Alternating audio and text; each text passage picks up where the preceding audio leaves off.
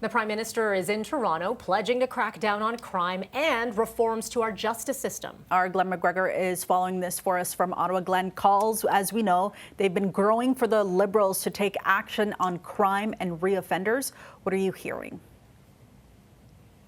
Yeah, overall in Canada, crime rates are down since their highs in the 1990s, but we know this is an issue that the public really responds to. Polling shows that people are really concerned about crime, and the opposition Conservatives have been very effective at highlighting this as a political issue, bringing up cases in which offenders who were either on bail or released on parole have gone on to commit some really violent crimes, and those things have resonated. So Carney was under some pressure to announce some changes to bail and parole rules. He says this is going to be introduced, this legislation is going to come within the next week. It'll be introduced by the Justice Minister, Sean Fraser. But Carney, in his remarks today in Toronto, did give some indications of what is going to be coming in that. Now, keeping in mind, we have not yet seen this proposed legislation, so we can't really kind of do a deep dive, just going on what he says will be in it. But a centerpiece of this is something called reverse onus bail. That is, in order to get bail for certain kinds of violent crimes,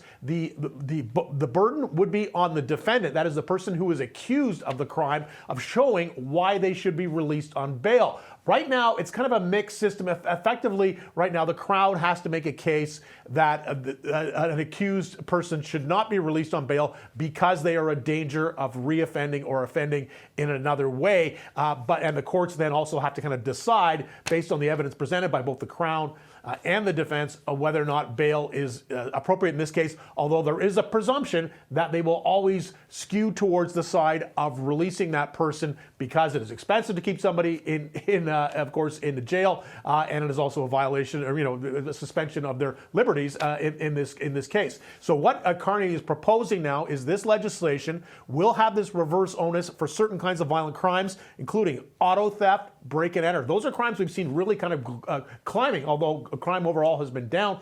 We see these kind of crimes increasing, particularly in certain communities. We've seen Brampton really hit with a lot of auto theft, and Etobicoke as well.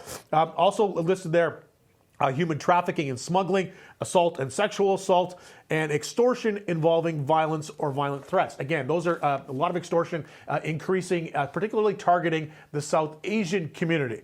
Now, Carney goes on to say that this legislation will also allow for consecutive sentencing for violent and repeat offenders. So that is, if someone was sentenced to multiple crimes at the same time, let's say it was an assault and also the person was accused of, say, potentially kidnapping somebody, they could be getting two separate sentences. And what Carney is saying, this legislation will allow judges to sentence them consecutively. So instead of serving 7 years at the same time as you're serving, say, a 5-year sentence, they will be added together for a total of a 12-year sentence. A little unclear to me, and again, because we haven't seen this legislation, what would be different about this, because currently judges, when they hand out sentences, have that discretion already. They can sentence somebody to consecutive sentences rather than concurrent sentences, as is usually done. So that's another one of these changes. We need some more detail on this.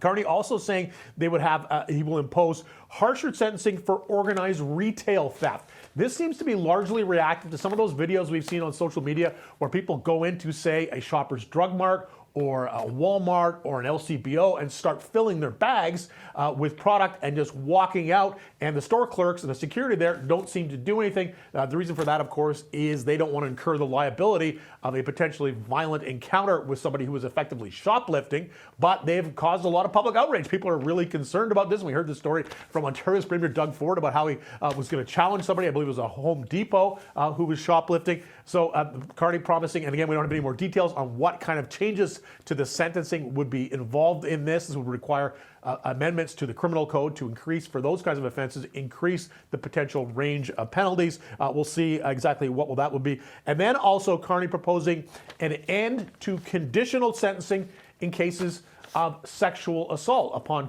convictions. Conditional sentences where the judge says, yes, I'm finding you've been found guilty I am sentencing you to possibly house arrest or to a 1-year prison sentence that you would serve not in prison, but you would be free in the sense that you were under this sentence, but it is conditional on certain you meeting certain terms of that sentencing. And in some cases, it can also ultimately lead to a discharge, depending on the terms of that conditional sentencing. So Carney's saying for cases of sexual assault, that would be suspended. And then finally, this plan to hire, and this is something that Carney pledged during the election campaign, pledging to hire up to 1,000 new RCMP officers, and with a real focus on some of them being focused on kind of combating organized crime, financial crime, inter-country influence, of trying to exert influence on another country. So kind of like high-level policing, some of those officers will be done, but also just that increase right across the country of 1,000 new RCMP officers.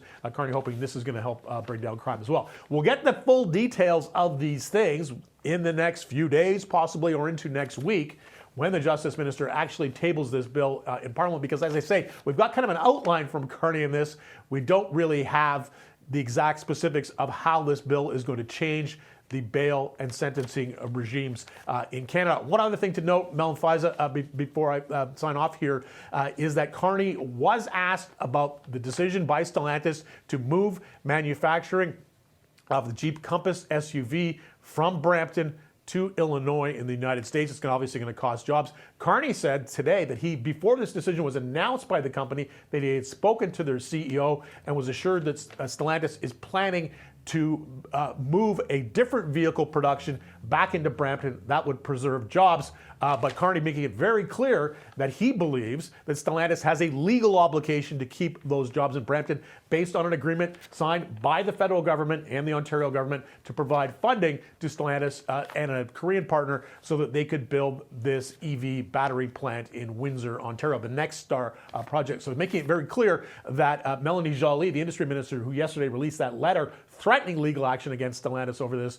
that they believe this potential litigation is grounded, and Stellantis has a legal obligation to keep those jobs in Ontario. Mel, Faiza. Of course, the story far from over. Lots of moving parts. Glenn McGregor, appreciate you monitoring this for us in Ottawa. Thank you.